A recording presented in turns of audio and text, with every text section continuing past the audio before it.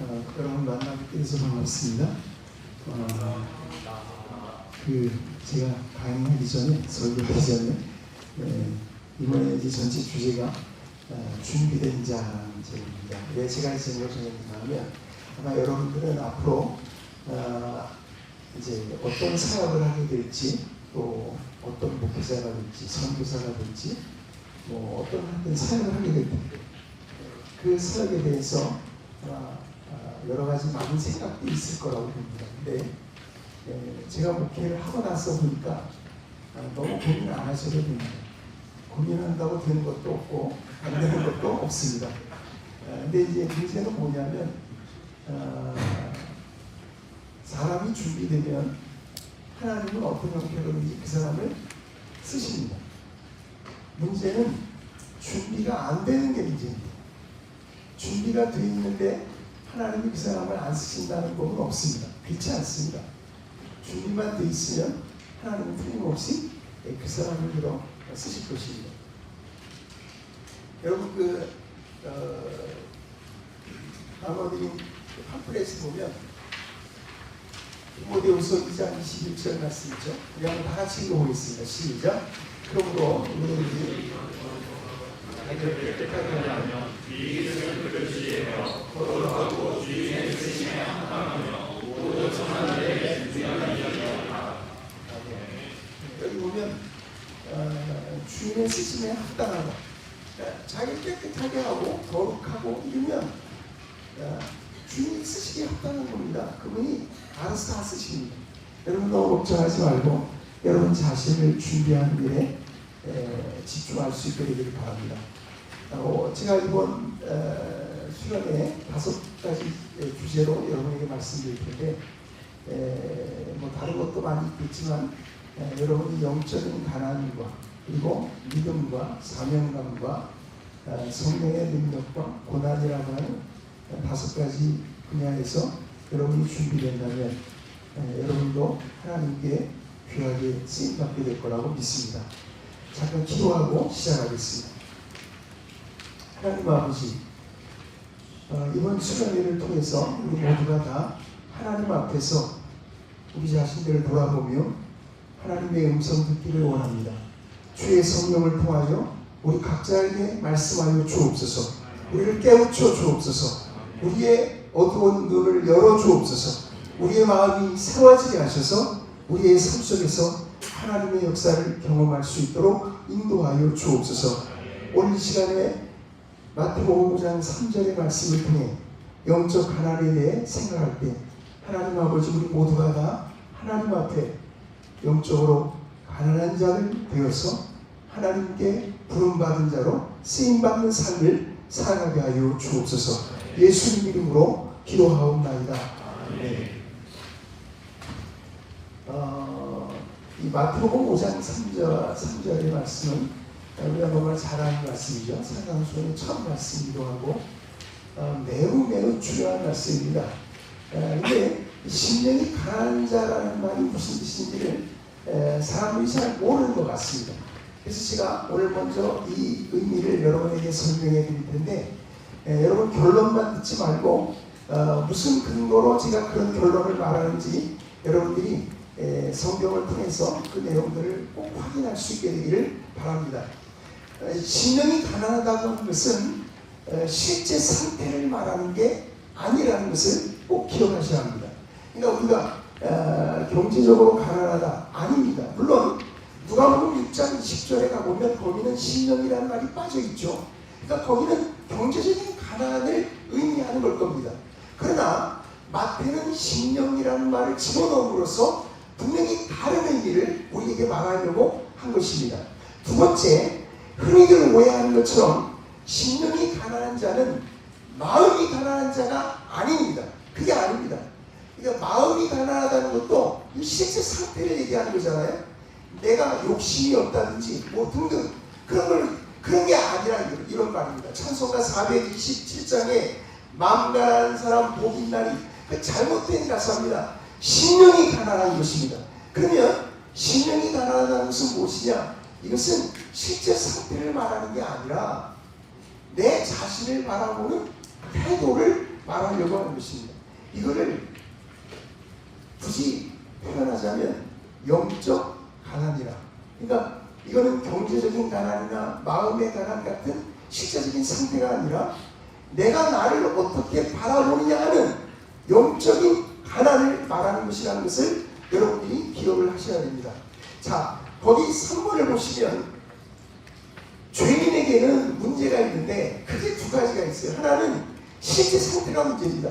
실제 삶이 죄인인 게 문제죠. 그죠? 그런데 그거보다 또 다른 문제가 있습니다. 무슨 문제냐면 자기가 죄인인데도 자기를 생각할 때는 자기는 의롭다고 생각하는 겁니다. 이게 더 문제입니다. 자기가 잘못됐는데도 잘못됐다는 걸 모릅니다. 그게 더 문제입니다. 거기 이제 보시면 요한복음 9장 39절부터 41절 다 같이 읽어봅니다. 시작. 예수께서 이르시되 내가 이방으로 세상에 왔으니 그중을 다른 자들을 보게하고 보는 자들을 매일 되게 하라. 바리새인에게 예수와 함께 있던 자들이 이 말씀을 듣고 이르되 우리도 배웠는가. 예수께서 이르시되 너희가 이르려고 죄없이 나와 본다고 하니 너희가 되는. 이 바리새인의 문제가 뭡니까? 분명히 영적으로 소경된 사람들입니다. 그런데 자기 자신을 볼 때 뭐라고 한다죠? 여기 본다고 하니, 본다고 하니.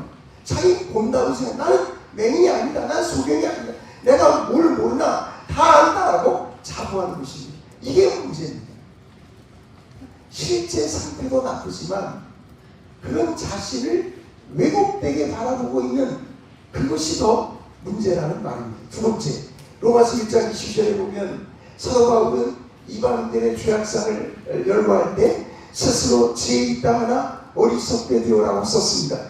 이 사람들은 어리석은 사람들입니다. 그런데 자기 자신들이 생각할 때는 스스로 지혜 있다고 생각합니다. 이게 문제입니다. 어리석은 것도 나쁘지만 그런 자신을 지혜롭다고 생각하는 것은 더 문제다. 그런 문제입니다. 세 번째, 누가복음 8장 18절 그러므로 너희가 어떻게 들을까 스스로 삼가라. 누구든지 있는 자는 받겠고 없는 자는 그 있는 줄로 아는 것까지도 빼앗기리라. 여기 있다 없다라는 말은 아마도 하나님의 계시가 있다든지 없다든지 이런 의미로 우리가 이해해도 될 겁니다. 그런데 여기 보십시오. 없는 자는 그래서 없습니다. 하나님의 계시가 그 사람이 없습니다. 그런데 뭐라 그랬습니까? 있는 줄로 알고 있습니다. 착각하고 있습니다. 자기를 왜곡되게 바라보고 있다는 말입니다. 그러니까 실제 상태도 문제지만 그런 자신의 실상을 보지 못하고 왜곡되게 바라보고 있는 그 태도가 더 문제라 그런 말입니다. 갈라디아서 6장 3절 만일 누가 아무것도 되지 못하고 된 줄로 생각하면 스스로 속입니다. 아무것도 된 게 없습니다. 그런데 자기는 뭐가 된 줄로 착각하고 있습니다. 이게 문제입니다. 심령이 가난한 자라는 말은 이 후자의 문제, 실제 상태를 얘기하려고 하는 게 아니라 자기 자신을 어떻게 바라보느냐 하는 그 태도를 말하고 있는 것입니다. 요한계시록 3장 17절에 보면 라오디게아 교회를 향해서 주님께서 이렇게 말씀하셨습니다. 내가 말하기를 나는 부자라 부유하여 부족한 것이 없다 하나 내 곤고한 것과 가련한 것과 가난한 것과 눈먼 것과 벌거벗은 것을 알지 못합니다. 여러분 이렇지 않습니까? 분명히 이 교회는 공고하고 가련하고 가난하고 눈이 멀었고 벌거벗었습니다. 그런데 자신들이 생각할 때는 우리가 부자다 부유하여 부족한 게 없다 라고 자부하고 있으니 이 얼마나 심각한 문제인가 하는 것입니다. 마지막 여섯 번째 마가복음 2장 16, 17절 다 같이 읽겠습니다. 시작. 바리새인의 서기관들이 예수께서 죄인 있으리와 함께 잡수시는 것을 보고 대제사장들에게 이르되 어찌하여 스님이 죄인들과 함께 먹는가. 예수께서 그리스도 그들에게 이르시되 건강한 자에게는 이상한 쓸데 없고 병든 자에게나 쓸데 있느니라. 나는 의인을 부러운 곳이 아니요 죄인을 부러워하노라. 예수님께서 나는 의인을 부러워한 것이 아니요 죄인을 부러워하노라 라고 말씀하실 때 세상에는 두 종류의 사람들이 있다. 의인이 있고 죄인이 있는데 나는 그 중에 죄인을 부러워 이런 뜻으로 말씀하신 게 아니죠. 모두가 다 죄인이죠. 그런데 자기가 죄인이라는 것을 깨닫지 못하는 사람들, 그들을 위해서 온 게 아니라고 말씀하시는 겁니다. 그러니까 분명히 이 바리새인의 서기관들은 분명히 죄인입니다.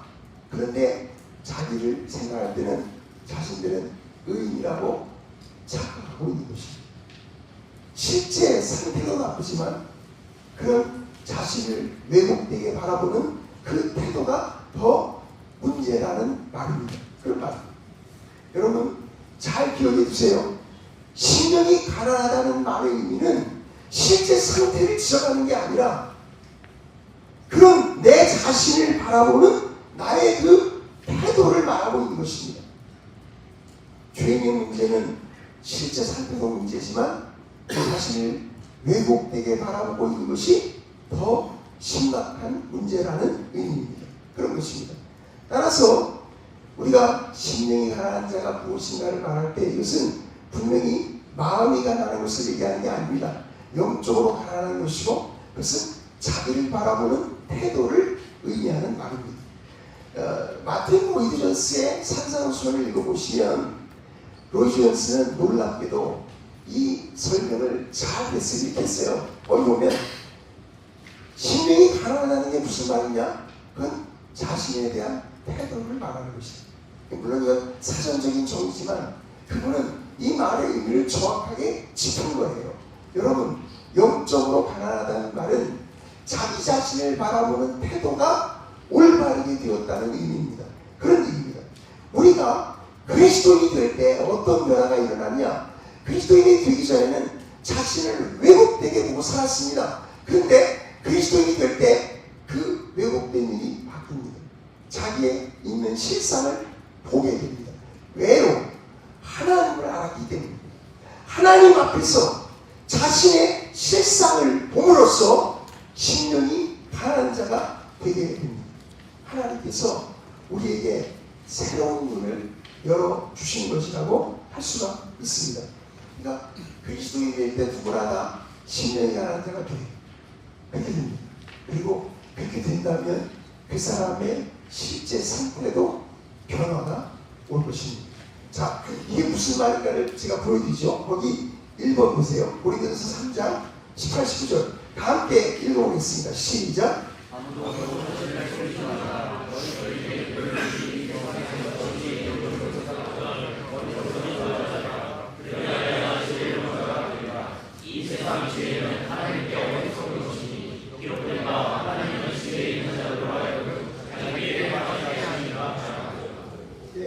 여기 보면 사도 바울이 고린도 교회 성도들에게 뭐라고 하냐면 어리석은 자가 되라고 했죠. 누구든지 이 세상에서 지혜 있는 줄로 생각하는 어리석은 자가 되라. 이게 무슨 뜻이죠? 여러분 만약 사도 바울이 여기 와서 여러분에게 어리석은 자가 되라 그러면 여러분 그 말을 어떻게 이해하실 겁니까? 네? 아니 정말 미련한 자가 되라고 합니까? 그런 말이 아닐 거 아니에요. 이 말을 해석하는 단서가 바로 앞에 있죠. 이렇게 돼 있잖아요. 누구든지 이 세상에서 지혜 있는 줄로 뭐라 그랬어요? 생각하거든. 이건 생각의 문제, 자기를 어떻게 생각하느냐. 그러니까 어리석은 자가 되라는 말의 의미는 어리석은 자로 자신을 간주하라는 말입니다. 그렇게 생각할 줄 알아야 된다는 말입니다.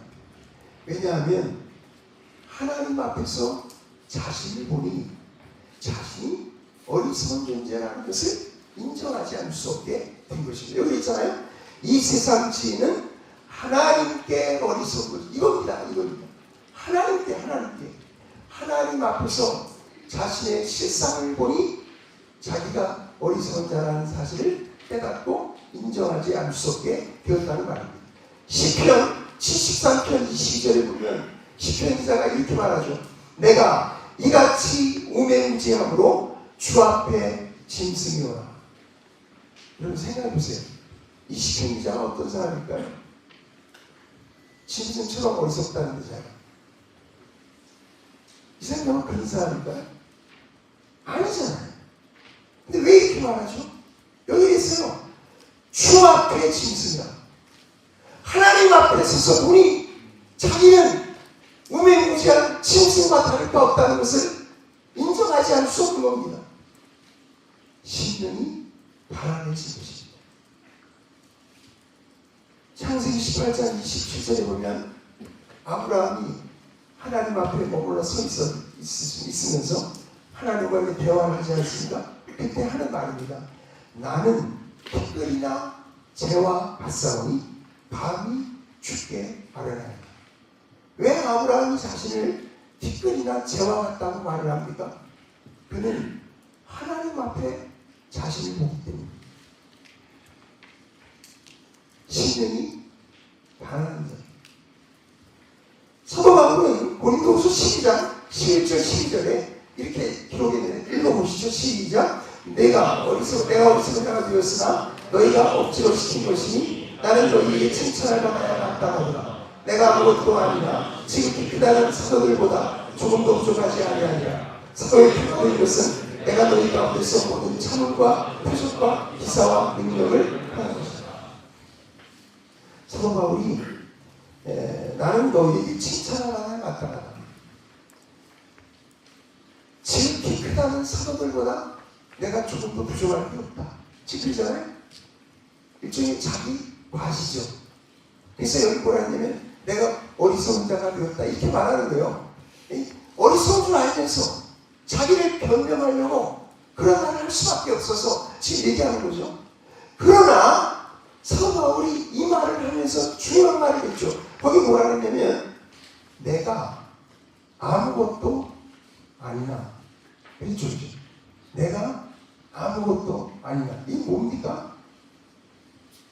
자기가 다른 사도들과 비교하면 난 조금도 부족할 게 없는 사람이다. 나는 사람들에게 칭찬받는 마땅하다 라고 말하지만 그러나지만 내가 하나님 앞에 서면 나는 아무것도 아니다.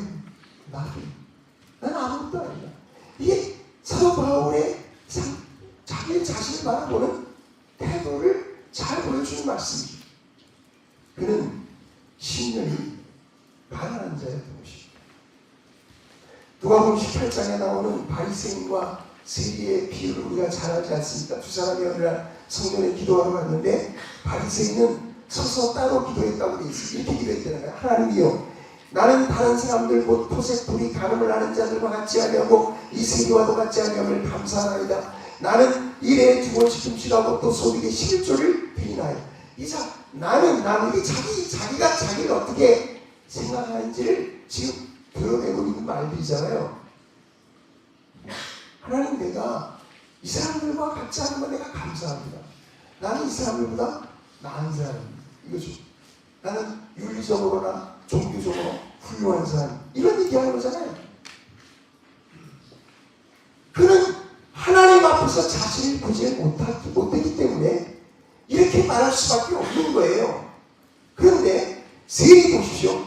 세리는 멀리 서서 감히 눈을 들어 하늘을 쳐다보지도 못하고 다만 가슴을 치며 이르되 하나님이여, 불쌍히 여기소서. 나는 죄인으로소이다.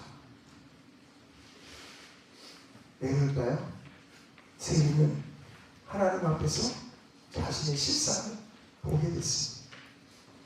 그는 하나님 앞에 고개도 들 수 없는 너무나 부끄러운 죄인이라는 것을 인정하지 않을 수 없게 됐습니다.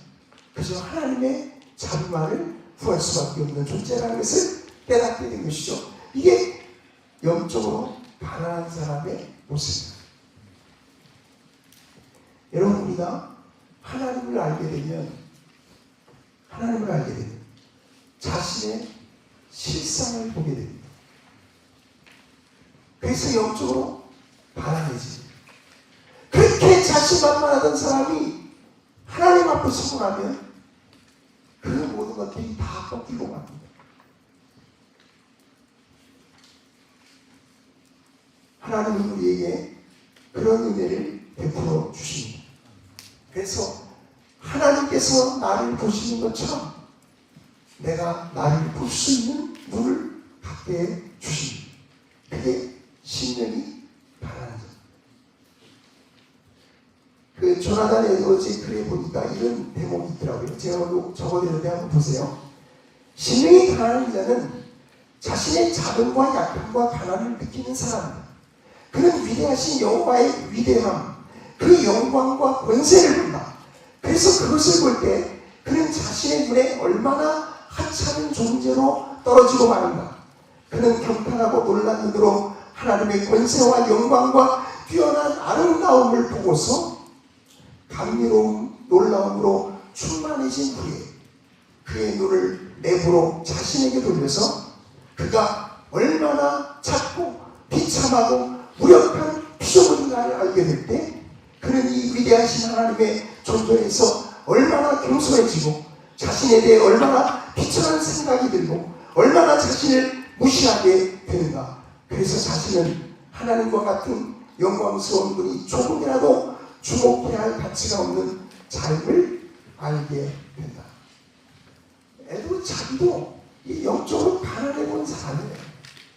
이게 무슨 의미인지를 자기가 겪었기 때문에 이렇게 쓰고 있는 것이죠.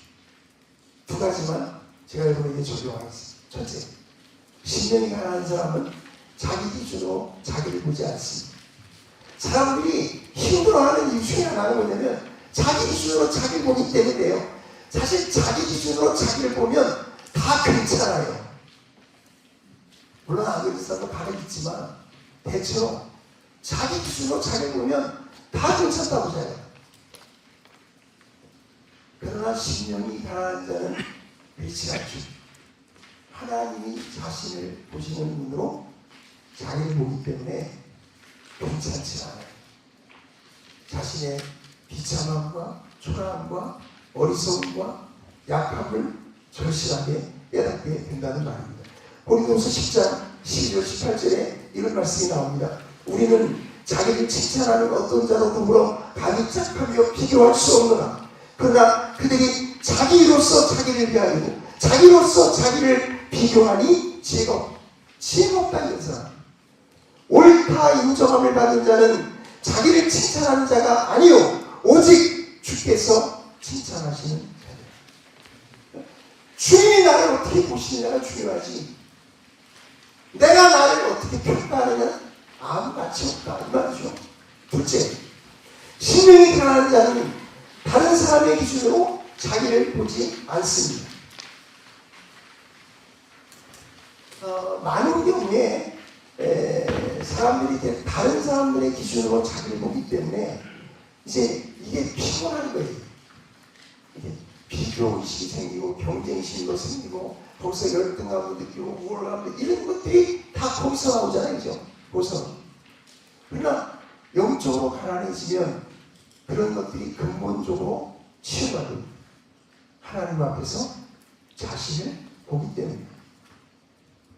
누가복음 16장 14절 바리새인은 돈을 좋아하는 자들이라 이 모든 것을 듣고 비웃거늘 예수께서 이르시되 너희는 사람 앞에서 스스로 옳다 하는 자들이나 너희 마음을 하나님께서 하시나니 사람 중에 높임을 받는 그것은 하나님 앞에 미움을 받는 것이다. 그러니까 사람 앞에서 어떤 게 존재냐 이게 중요한 게 아니고 하나님 앞에서 내가 어떤 존재 그것이 중요하다. 사도 바울은 고린도서 4장 3절 4절에 이렇게 말을 한 것입니다. 읽겠습니다. 시작. 너희가 다른 사람이라 판단받는 것이 내게는 매우 작으니라. 나도 나를 판단하지 않으니 내가 자체가 아무것도 깨닫지 못하나 이로 인하여 너가 의롭다함을 얻지 못하노라. 다만 나를 판단하지 않으니 이게 사도 바울의 모습이죠. 다른 사람이 나를 어떻게 평가하는 거 그건 매우 작은 일이다. 나도 나를 판단하지 않는다. 나를 판단하실 분은 오직 주시다. 여러분 영적으로 가난해지면 자기 자신을 바라보는 그 태도가 왜곡되어 되는 것들이 다 바로잡히게 됩니다. 그렇게 됩니다. 그것이 신령이 가난한 자의 모습이라고 할 수가 있습니다. 여러분 신령이 가난한 자시죠? 그죠? 만약 그리스도인인데 신령이 그렇진 않아요. 신령 그리스도인이 되면 어쨌든 다 신령이 가난해집니다. 한 번쯤은. 그것이 정도의 차이는 있을지 모르지만 그 영적인 가난에서 우리가 더 성장할 수 있을 것입니다. 두 번째, 신령이 가난한 자가 복이 있는 이유에 대해서 제가 말씀을 드리겠습니다. 심령이 가난한 자는 복이 있나니 천국이 그들의 것이며 그랬죠. 여러분, 이 말은 천국의 통치에 복종함으로써 그 백성에게 주어지는 혜택을 누린다는 의미가 이 천국이 그들의 것이요라는 말의 의미입니다. 그런 말입니다. 그러니까 심령이 가난한 자는 영적인 가난과 별도로 천국을 소유해서 복이 있는 게 아니고 영적인 가난을 통해서 천국을 소유하기 때문에 복이 있다고 말하는 것입니다. 천국의 통치에 복종한다는 말은 사실은 회개한다는 말이죠. 그죠? 회개하라. 천국이 가까이 왔다. 우리가 회개할 때 하나님께서 우리에게 놀라운 일을 주십니다. 그것이 뭐냐면 우리의 자신을 바라보는 태도가 변합니다. 왜곡되었던 것이 이제 바로잡히게 됩니다. 자신의 실상을 하나님 앞에서 똑똑히 보게 됩니다. 그렇게 됩니다. 자, 이런 영적인 가난은 여러분 어떤 점에서 천국을 소유한다는 의미냐? 제가 4가지만 여러분에게 좀 말씀드리려고 합니다. 첫째, 4절 이하의 모습을 봅니다. 그러니까 이게 이제 팔복의 말씀이 첫 번째잖아요. 그죠? 그런데 우리가 팔복의 말씀을 살펴보면 거기에는 분명히 순서가 있어요. 분명히 순서가 있습니다. 그러니까 우리가 심령이 가난해지면 그 사람이 애통하는 자가 되죠. 애통하는 자가 온유한 자가 됩니다. 이런 식이죠. 그래서 의에 줄이고 목마르고 그리고 긍휼이 얻는 자가 되고 마음이 청결한 자가 되고 화평케 하는 자가 되고 그리고 의를 위하여 핍박을 받는 자, 이런 모든 것들이 다 따라오게 되어 있습니다. 영적인 가난이 주어지면 그런 것들이 다 따라옵니다. 그렇기 때문에 심령이 가난한 자는 천국이 그들의 것이니라고 말씀하신 의미가 될 것입니다. 두 번째, 심령이 가난한 자는 어떤 점에서 천국을 소유하느냐? 심령이 가난하면 아까 말씀드린 대로 하나님 앞에서 자신의 실상을 보게 되기 때문에 자아상이 건강해지게 됩니다. 많은 사람들이 이 자아상의 문제 때문에 허우적거리고 있어요. 이것 때문에 늘 피곤하게 살고 있어요.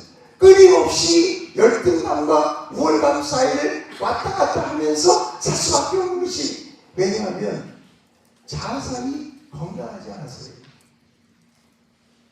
하나님 앞에서 자신의 실상을 있는 대로 보고 나면 그 사람은 자아상이 건강해집니다.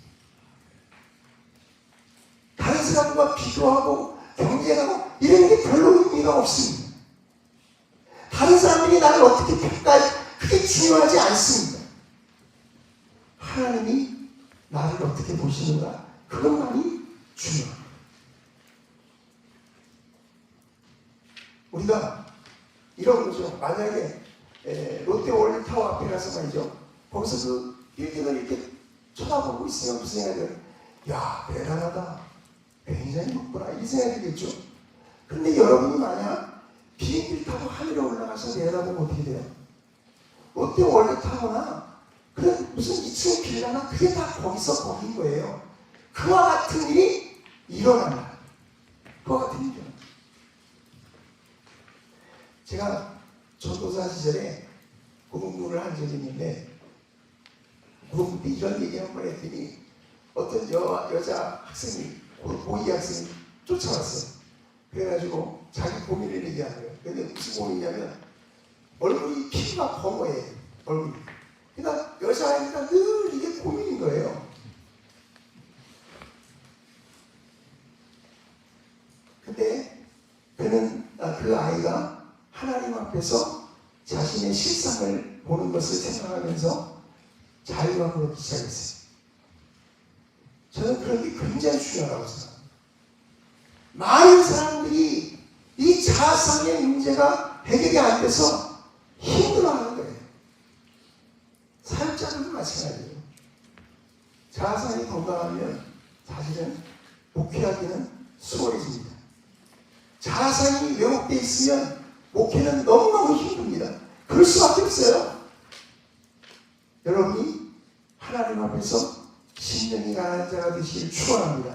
그러면 그 그런 문제가 해결돼. 아니 인류대학을 나오고 삼류대학이나 그게 무슨 상관이 있어요? 하나님 앞에 서면 그게 아무것도 아니라니까.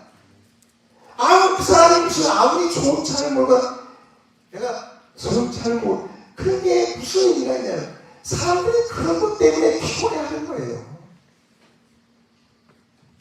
하나님 앞에서 이 문제를 여러분들이 꼭 정리하고 가실 수 있게 되길 바랍니다. 요즘에 그 자아상에 대한 강의들이 많이 있어요. 그런데 사실은 저는 그런 자아상 강의 별로 좋아하지 않습니다. 그거는 근본적인 치유책이 아니에요. 사실은 영적으로 가난해지면 그 사람은 자아상이 건강해집니다. 그것 때문에 고민 안 합니다. 더 이상 남하고 비교하고 경쟁하고 그럴 필요 없습니다. 남의 나를 어떻게 보냐 별로 중요하지 않습니다. 목회를 하다 보면 교인들이 목사님에 대해서 순수할 거 아니죠? 만약 좋은 얘기를 하면 우쭐해지고 조금만 비난하거나 깎아내리면 그러면 또 이석진해지고 속상해하고 이러기 쉽단 말이에요.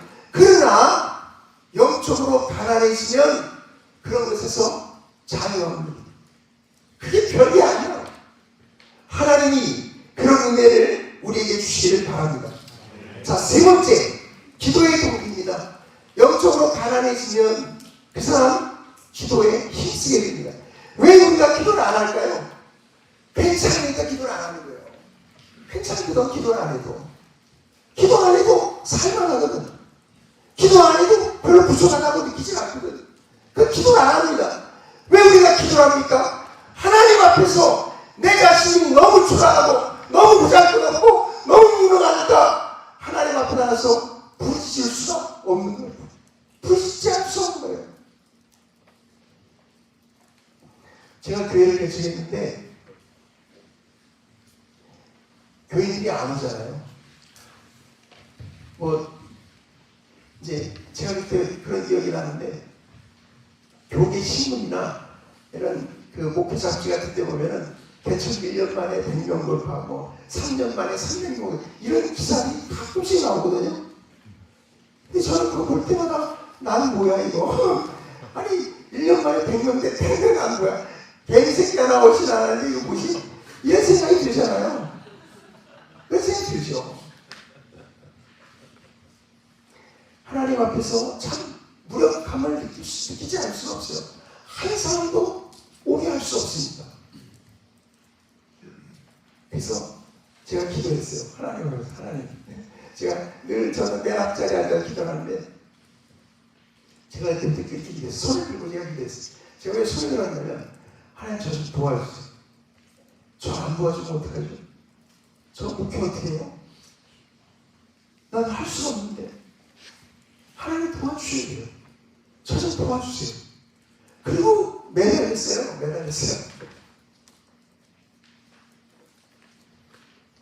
근데 하여튼 시간이 지나서 그리고 한 3, 4년 지나니까 그 다음부터 사람이 오더라고요. 근데 어쨌든 하여튼 근데 우리가 하나님 앞에서 자기 실상을 보면 내가 참 더럽기 짝이 없고 초라하기 짝이 없고 무능하기 짝이 없고 어리석기 짝이 없고 그런 걸 느끼죠. 그런 심각한 모습을 자기가 보기 때문에 기도하지 않을 수 없는 너무 절망한 거예요.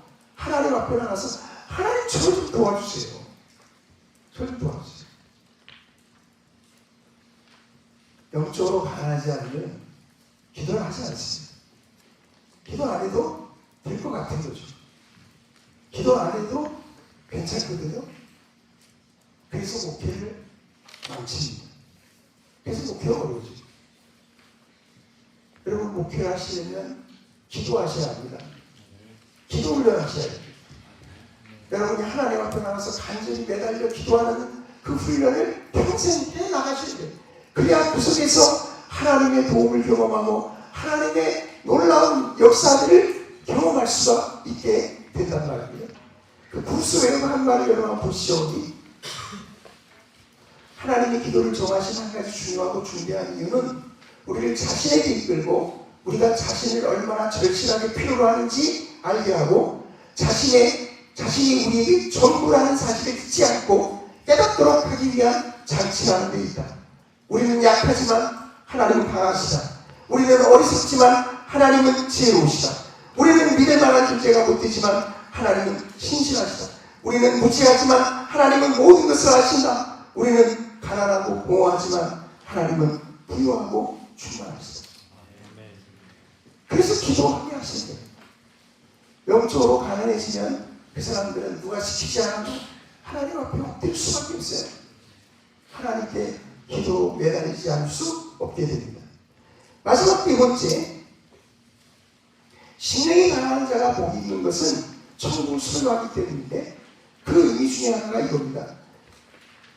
심령이 가난해지는 것은 소명의 기초가 됩니다.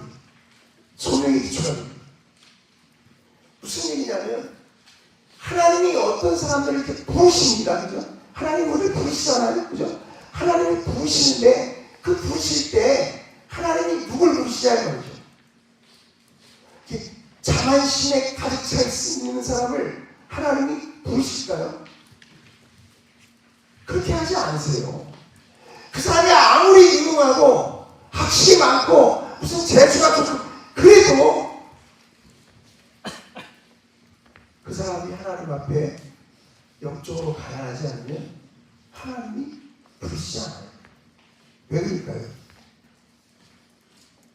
여러분, 만약에 내가 심령이 가난하지 않은데 하나님이 나를 부르셨어요. 그러면 이 사람이 어떻게 되는지 아세요? 자기가 잘나서 불러주신 줄 알아요. 제가 남보다 나은 게 있으니까 자기를 불러주셨다고 생각해요. 그래서 하나님이 다 망쳐버려요. 그래서 하나님은 그렇게 안 하십니다. 하나님은 자기 사람들을 부르실 때 그들을 영적으로 가난하게 만드시고 그들을 불러서 쓰십니다. 여러분, 여기 사도행전 7장 22절에 보면 모세 이야기가 나옵니다. 모세가 애굽 사람의 모든 지혜를 배워 그의 말과 하는 일들이 능하더라. 나이가 40이 되매 그 형제 이스라엘 자손을 돌볼 생각이 나더니 한 사람이 원통한 일 당함을 보고 보호하며 압제 받는 자를 위하여 원수를 갚아 애굽 사람을 쳐 죽이니라.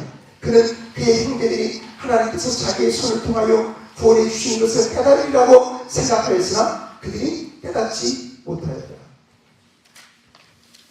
모세가 나이 40이 됐습니다. 애굽의 궁전에 살아가면서 거기 보면 애굽의 학술을 다 배웠고 그래서 이 사람이 그의 말과 하는 일이 능했다고 돼 있죠. 그죠? 그리고 나이가 40이 되니까 자기 동족을 돌아볼 생각을 하고 나간 거예요. 내가 이제는 이만하면 내 민족을 위해 일할 수 있겠다. 이런 생각이 들었겠죠. 다 준비가 됐으니까. 40이니까 더군다나 얼마나 자신만만해. 그죠? 저도 개척을 40 했거든요. 40 했거든요. 근데 40이라는 게 사실은 나이가 더 많으면 힘들어서 못해요. 40이 한창이다. 준비할 거 준비도 돼 있고 그러니까 모세도 그렇게 했을 거 아니에요. 근데 우리가 하는 대로 하나님이 이 모세를 쓰셨어요? 안 쓰셨어요. 하나님이 이 모세를 부르시지 않았다고. 이로부터 40년이 지나고 난 후에 80이 되고 났을 때 여러분 40년 지나면 어떻게 되죠? 배운 거 다 까먹어요. 그렇잖아요. 그리고 신체적으로 자신감이 다 떨어지죠. 자신감 떨어진다. 그런데 그 모세를 하나님이 부르셔서 자기 백성을 애굽에서 건져내시는 그 놀라운 일을 행하신 것입니다. 왜냐하면 하나님은 40된 모세에게서는 영적으로 가난한 것을 보지 못하셨죠. 그런 모습이 전혀 없었죠. 그는 자신만만 있을지 모르지만 그는 낭패를 보고 말았습니다. 하나님 앞에서 영적으로 가난해지면 하나님이 그 사람을 불러서 쓰시기 시작합니다.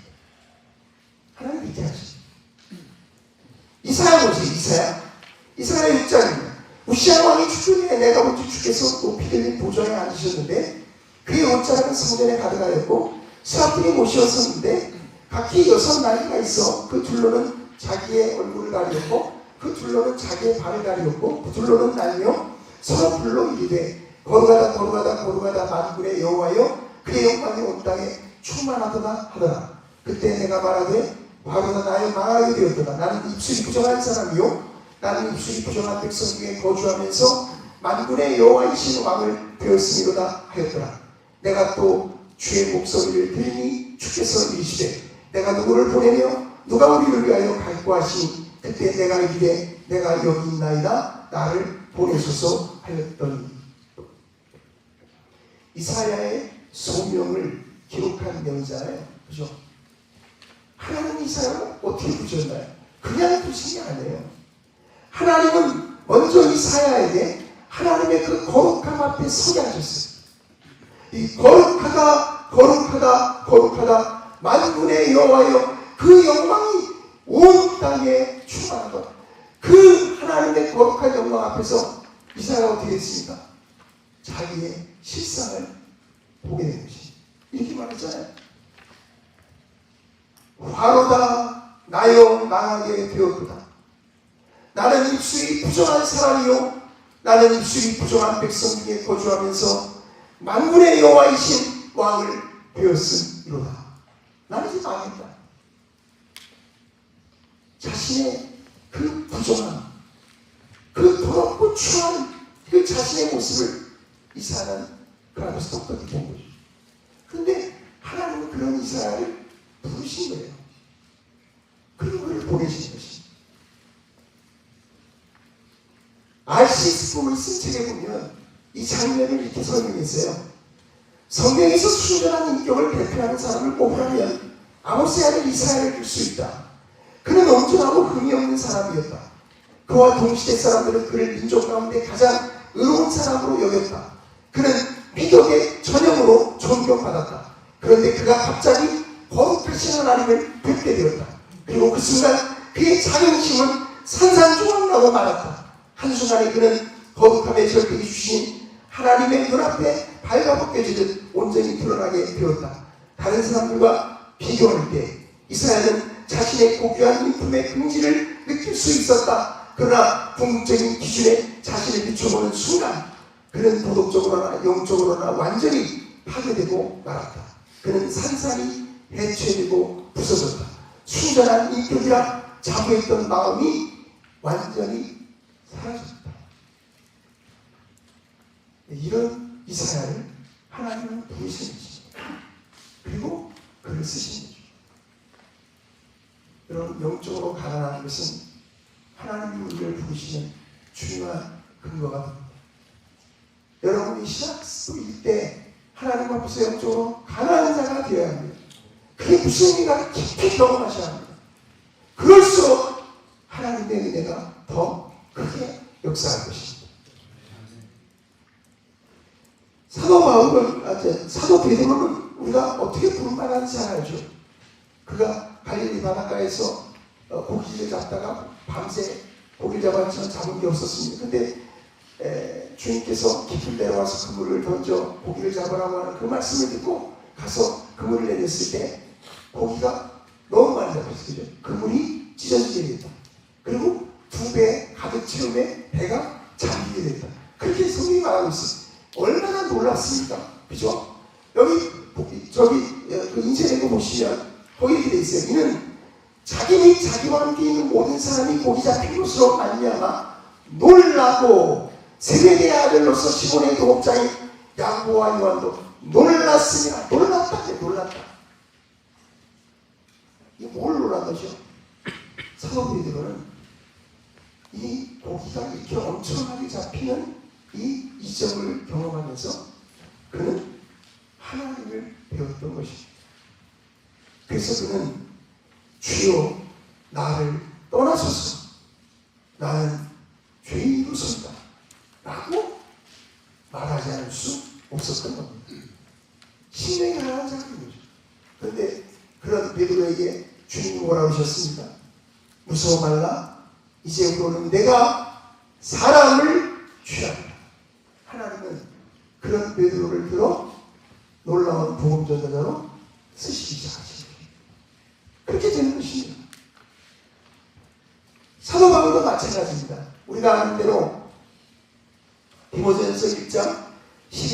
거기 보시면 한번 읽어보겠습니다. 시작. 나를 변하게 하신 그리스도 예수 주께 내가 감사함은 나를 충성되게 여겨 내게 직분을 맡기시니 내가 전에는 비방자요 박해자요 포획자였으나 도리어 긍휼을 입은 것은 내가 믿지 아니할 때 알지 못하고 행하였으니라. 우리 주의 은혜가 그리스도 예수 안에 있는 믿음과 사랑과 함께 넘치도록 풍성하였도다. 믿보다 모든 사람이 받을 만한 이 말이요 그리스도 예수께서 죄인을 구원하시려고 세상에 임하셨다 하였도다. 죄인 중에 내가 예수다. 여기 사도 바울이 하나님이 나를 충성되이 여겨서 내게 직분을 맡기셨다. 주님이 내게 직분을 맡기셨다. 지금 그 얘기하잖아요. 주님이 내게 사도라는 귀한 직분을 맡겨주셨다. 이거죠. 그죠? 근데 그 말을 하면서 하는 말이 뭐예요? 나는 죄인 중에 내가 괴수입니다. 이게 사도 바울의 말하자면 영적인 상태죠. 영적인 가난의 상태죠. 그죠? 자기 자신을 그렇게 보고 있는 거예요. 죄인 중에 내가 괴수입니다. 그런데 이런 나를 충성되이 여겨 주님이 귀한 직분을 맡겨주셨습니다. 이런 일이죠. 거기 에베소 3장 말씀도 마찬가지입니다. 거기 보면 바울이 있죠. 모든 성도 중에 지극히 작은 자보다 더 작은 나라고. 그런데 이 말할 때도 보면 무슨 얘기를 하면서 이 말해요? 자기가 복음의 일꾼된 걸 말하면서 이 얘기를 하는 거예요. 고린도서 15장에도 마찬가지입니다. 자기가 사도로 칭함을 받게 된 걸 말하면서 뭐라고 합니까? 자기는 사도 중에 가장 작은 자라고 말합니다. 그러니까 하나님께서 영적으로 가난한 사도 바울을 들어 사용하셨다는 것을 우리가 분명히 볼 수 있는 대목들입니다. 여러분, 우리가 하나님 앞에 영적으로 가난해진다는 것이 얼마나 중요한지, 특별히 사역자들은 더더욱 그렇습니다. 하나님 앞에서 우리 자신을 보고 우리가 심령이 가난해지면 하나님께서 우리를 불러서 쓰시기 시작하실 것입니다. 자, 그 다음에 넘어가시면 두 가지만 이제 적용하고 제가 마칠 텐데, 첫째, 하나님을 아는 것의 우위성입니다. 여러분, 제가 말씀드린 대로 심령이 가난한 자는 하나님 앞에서 자신을 보게 된 것입니다. 하나님을 알게 되었기 때문에 자신의 실상을 보게 된 것입니다. 그래서 영적으로 가난해질 것입니다. 그러니까 누가 영적으로 가난한 사람이 될 수 있습니까? 하나님을 아는 사람이에요. 우리가 하나님을 알면 알수록 영적으로 가난해집니다. 그렇게 됩니다. 여러분, 하나님이 얼마나 영광스러운 분인가 알면 내가 얼마나 초라한 존재인가를 깨닫게 됩니다.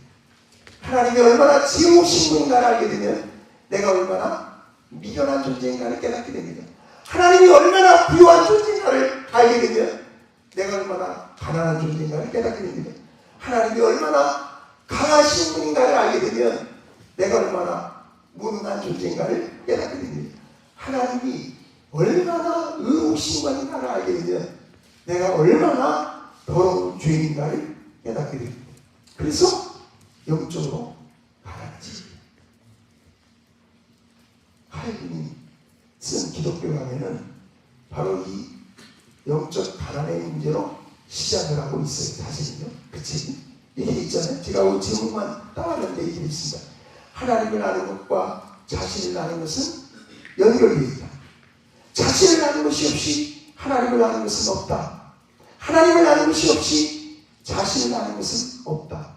하나님의 위엄 앞에서의 인간. 인간은 자신을 하나님의 위엄과 비교하기까지는 자신의 비천한 상태에 대한 자각에 의해서 결코 충분히 영향을 받고 감동되지 않는다. 그러니까 칼빈도 틀림없이 이 영적 가난이 뭔지를 알았던 사람이에요.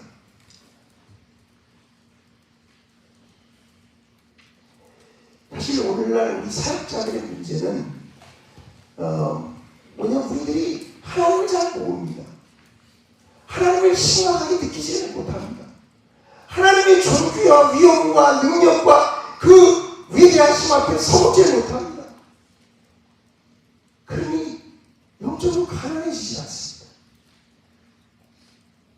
자기가 무엇이 된 줄로 착각하고 여전히 자신만만하게 행하려고 하거든요. 그러나 하나님이 그렇게 되지 않습니다. 저는 이번 수련회 기간 동안에 여러분 각자가 하나님 앞에서 자기 자신을 볼 수 있는 또 새로운 문이 열리기를 축원합니다. 그렇게 되면 여러분의 삶이 변할 거예요. 여러분의 사역이 달라질 거예요. 하나님이 그렇게 하실 거예요. 그 첫 번째. 두 번째, 우리가 신앙이 성숙한다고 하는 말을 쓰는데 신앙이 성숙한다는 게 뭐냐? 신앙의 성숙을 잴 수 있는 척도가 있다면 그거야말로 영적 가난이라고 할 수 있습니다. 신앙이 성숙한 사람은 영적으로 가난해집니다. 점점 더 가난해집니다. 그게 성숙한 그런 일입니다. 그러니까 성숙함이 없으면 자신만만해요. 저도 마찬가지고 또 제 주위에서도 같이 이렇게 사역하던 분들도 보면 젊었을 때 전도사 때 강도사 때 이제 목사가 막 되고 났을 때는 대체로 다 자신만만한 사람들이 많아요.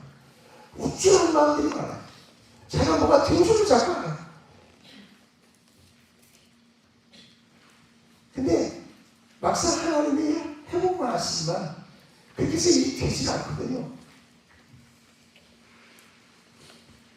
그런데 하나님 앞에서 자기의 보잘것 없음을 깊이 깨닫게 되면 될수록 하나님은 그 사람을 통해서 놀라운 일들을 이루어 가시는 것을 보게 됩니다.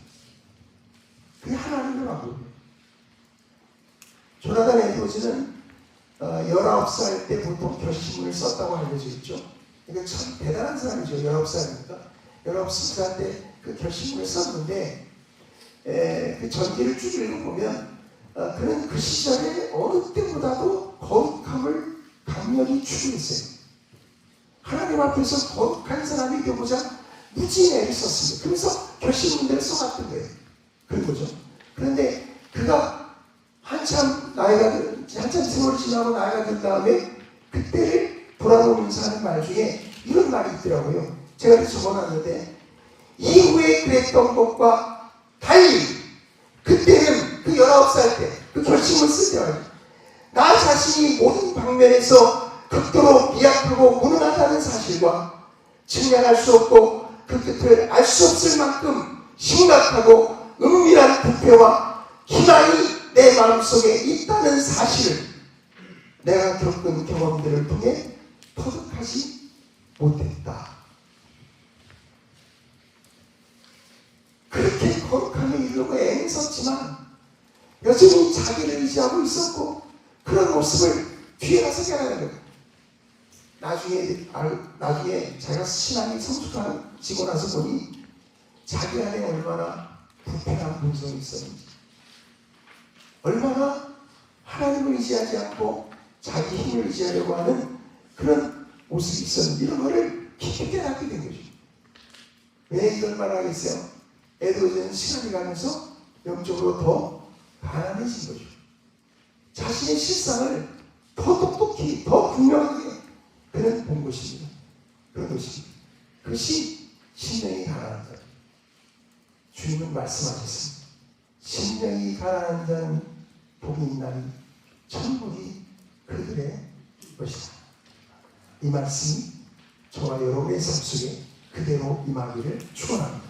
기도하겠습니다. 하나님 아버지, 우리가 주님의 말씀처럼 심령이 가난한 자가 되기를 원합니다. 하나님 앞에서 우리 자신의 실상을 보게 해주시기를 구합니다.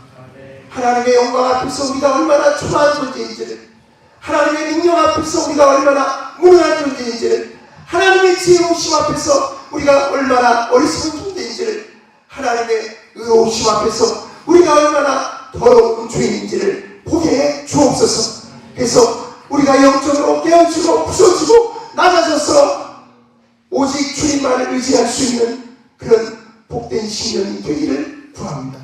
하나님 아버지, 우리에게 주님 말씀하신 대로 역사하셔서 주님이 나를 보시는 것처럼 내가 나를 볼 수 있는 그런 눈을 열어주옵소서. 그리고 그런 심령으로 주님을 바라보게 하시고 주님을 의지하게 하시고 주님께 기도하게 하시고 주님의 부르심에 응답하여 살아가는 우리 모두가 되게 주옵소서. 예수님의 이름으로 기도하옵나이다.